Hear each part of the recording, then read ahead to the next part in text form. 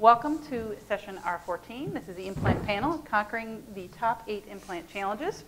So, to my immediate left is my friend, John Cruiser. I almost said problem child.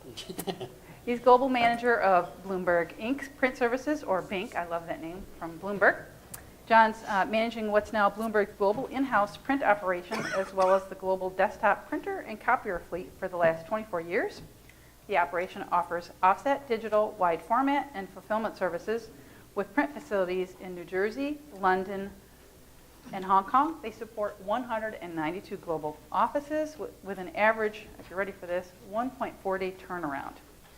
They also have FSC certification. Next to him is Gail Robinson.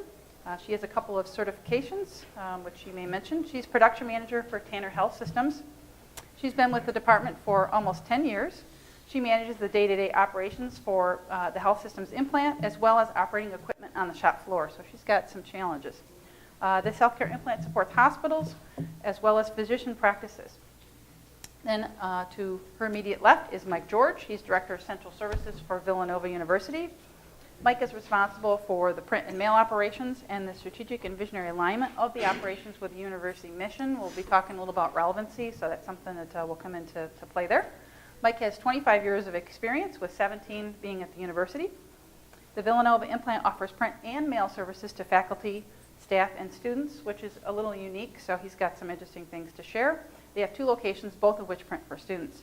And then finally we have Amy Bellows. She's materials manager, corporate support services, Mutual of Omaha Insurance Company. She has 2 different teams. One is custom, one's transactional with print to mail. You heard how the 2 groups are different. She's got some special challenges there. She's been with them since April of 2015. We're going to do something a little different. They're each going to give you an intro story that demonstrates how they're conquering one of the challenges. So John's going to start first with what I'm calling his challenge story. So wide format printing. About 12 or 13 years ago, someone asked, can you do some posters? We never really put any head count aside into it. It's just one of those things, I don't know how many of you guys just got one just to have one to do a couple of things. Well, wide format's going through the ceiling. So it's at a point now where tired of mounting things and constantly looking at, cutting things by hand. And again, there's a huge risk with you have your operator trimming stuff by hand or using the wall trimmers. So we looked at a flatbed router, and the reason why I went with sort of the binding aspect first instead of looking at a flatbed printer is because I want to get an understanding of all the different new products that I can start selling my customers. And if I had a better understanding of really what the final product was, then I can look at what the investment would be on a flatbed printer. So we brought in the flatbed router, and it just, within 4 months, our work went up 60% of the stuff. Anything you can think of, from running events where people are holding little signs instead of little foam fingers to number 1, we actually have signs that they're holding. To what you see here, we're die cutting. We had a huge event where we were printing stickers. So we're actually kiss cutting that, and with the people's names on them, and then sending them out to the event. It has brought in a lot of work, but it has definitely brought so many ideas to my designers and to the marketing team that they're actually things that we didn't even think of that they're actually getting involved with now. So now the facilities team is actually asking us, so we have glass just about everywhere, so we don't have conference rooms with walls, everything's glass. So we're actually doing all the stickers and stuff on the glass as well. So it's been a huge, huge success for us by looking at that piece. The second event is focus events. So back in the day, you sit down with a printer, he'll tell you all about, I got a 6-color press, blah, blah, blah. He talks about all the different equipment and stuff. Well, a lot of these new people are coming out of school or just graphic designers, and they don't really understand the equipment side of fence. They really don't care. They fall asleep in half the time. So we brought in a lot of people, what I call planners, who have marketing experience, who help us schedule our work, who have a better understanding of what their customers are. So we do focus events. One focus event was all about paper vendors. We bring all the paper vendors in. We talk one paper vendor that actually allowing us to launch. They just came out with a new paper product and allow us to test it first and use it, and it was very successful. The flatbed printer, the router I just talked about, we actually brought them there, asked them all to submit files, and then they actually saw the machine working, and the response was crazy. I just couldn't get over how excited they were of that. So we continued with these focus events, and allows us to get 2 steps closer to our customers. And the last thing is rush requests. Now coming, I was the press operator, and believe me, I came in the morning, and I knew what I was going to do at the end of the day, and the thing I hated is if somebody interrupted me, and now my whole day has changed. So having that mentality, it was always created a bad feeling in the shop. So I always look at it as an opportunity to show your customers that you're better than anybody else on the outside, that you can take this and turn it around. And we are at 1.5 days in the U.S., 1.7 days in London, and 1.89 days in Hong Kong in turning things around. So it creates a lot of challenges. I can't tell you how many times I got something at 8 o'clock in the morning that I had to be up there at 1. We hired a courier, and by the time he left, an hour later, found that there was an error in the job. We had to rerun the job again, and while the one courier was turning around, the other courier was at the door to get the stuff up there. But in the world where you can make an impact, that you have customers for the rest of your life, those are the things that matter the most. And I look at that as an opportunity. Besides, you get a lot of free food out of the deal, too. You know, you get donuts and stuff sent to you the next day. So, you know, always look at that. You got breakfast the next morning. So those are, you know, that to me, it's an opportunity. And I think that we continue to focus on that. We'll continue to take the step in the right directions. Thanks, John. Next up will be Gail. She has a physical story. Yes, we're in dire need of more space and a better atmosphere for our shop. We were experiencing extremely high humidity in the summertime and really low in the wintertime. 20% humidity just does not make well for folding and such. So we finally talked our management into giving us about 50% more space, and we've got a better control. We've got a dehumidifier and a humidifier depending on the time of the year.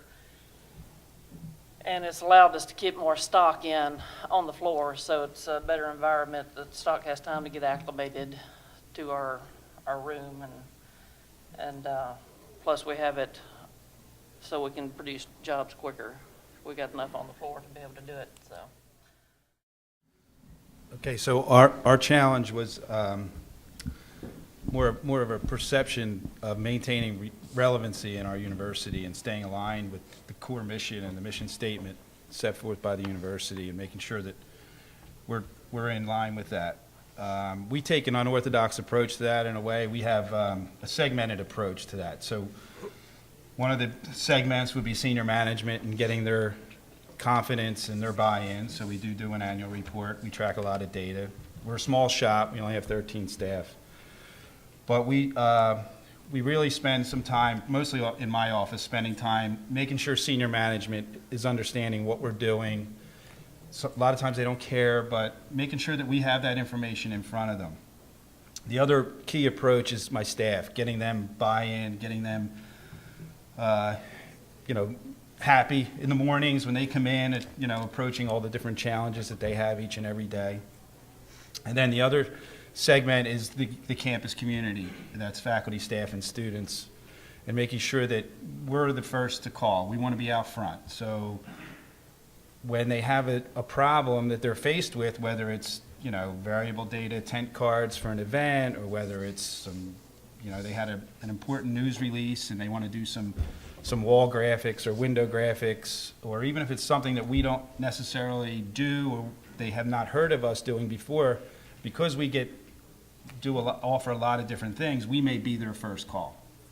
And that could be, hey, I want to do a Christmas ornament of the national championship logo, in acrylic. Well, that's so far from what we really would do, but because they're a current customer, they asked us to get involved. And we bring that challenge back to my staff, and they're like, yeah, I think we can do it. We can't do it in-house, but we can certainly bring value to an outside purchase.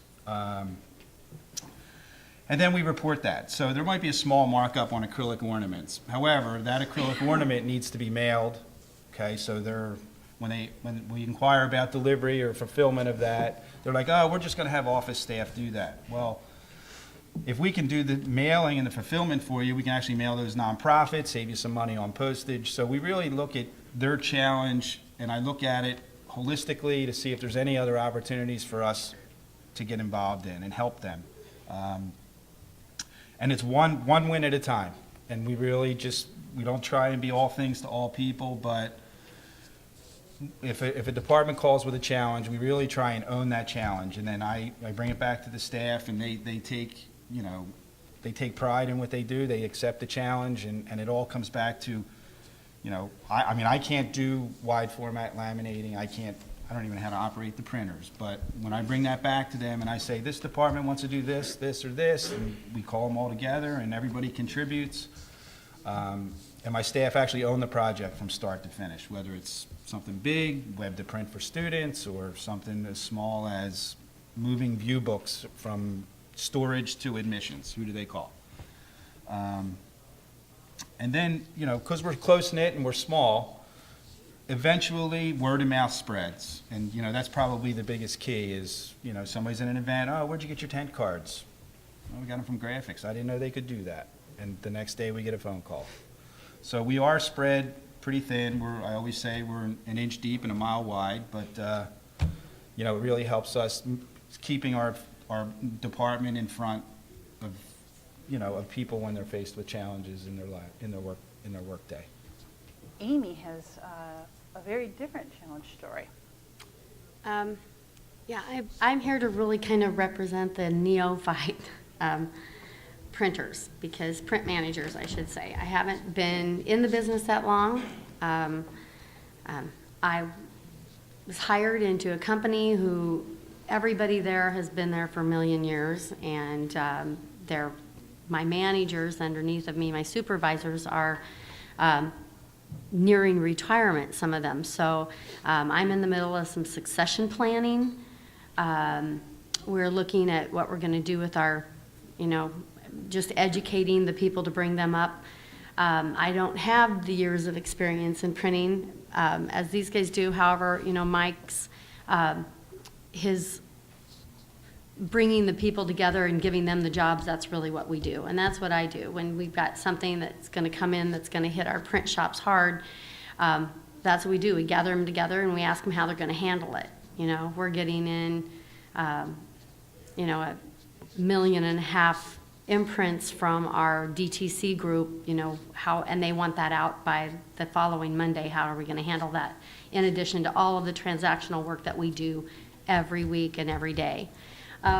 So managing the end-to-end workflow, that's one of our challenges. We are in the process of implementing managing workflow software, making sure that we do commingling of jobs, that we're not printing, having to load a job that's got 100 imprints when we have 10 other jobs that are sitting out there just like it. How do we pull those together? So we're in the process of really doing all of that.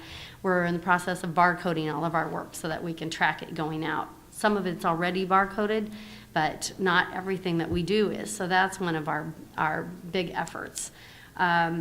It's just we've got a lot of irons in the fire right now, and it is trying to make sure that we're doing the right thing by our customers, that our printers know what, the individual printers themselves know what's going on, and trying to do all the testing in between everything else that we've got going on. We do, between our custom print shop and our transactional group, we do over 20 million imprints a month, and we mail out about 3,500,000 pieces out of our print to mail, so out of transactional group a month. And so they're very busy, we're very lean, and it's a struggle sometimes, and they get very frustrated. So it's going in with my little mood elevator and trying to make sure that we know where everybody is every day, and at the end of the day that they take responsibility for the work that's going out and getting the work done. And that's it. Volume and resource planning, scalability. We implemented, have been working toward a web-to-print solution for our agents and our brokers. So they can go in and order their own, not big marketing. We don't do a lot of posters and wide format or anything like that, but their business cards, their postcards to send out, different things like that. We do 4-color up in our print shop, our custom print shop, and we also print policy packets, et cetera, et cetera. And they began this, it really hit us hard about 1.5 years ago, where they opened it up to agents. And our business has just went up like you can't believe. And we're getting ready to open up the web to print capabilities for our broker group. And so we're still finishing up some touches on that so that they can get in and order what they are qualified to order, and that's been a little bit of a challenge, but it's been a great addition, and it's going to keep us very relevant.